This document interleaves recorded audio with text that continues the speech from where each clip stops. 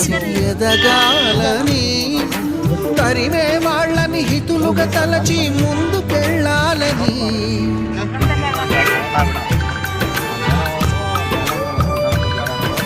కన్నుల నీటిని కలల సాగుకై వాడుకోవాలని, కాచే నిప్పుని ప్రమిదగా మలచి కాంతి పంచాలని, గుండెతో ధైర్యం చెప్పెను, చూపుతో మార్గం చెప్పెను, అడుగుతో గమ్యం చెప్పెను, నేనున్నానని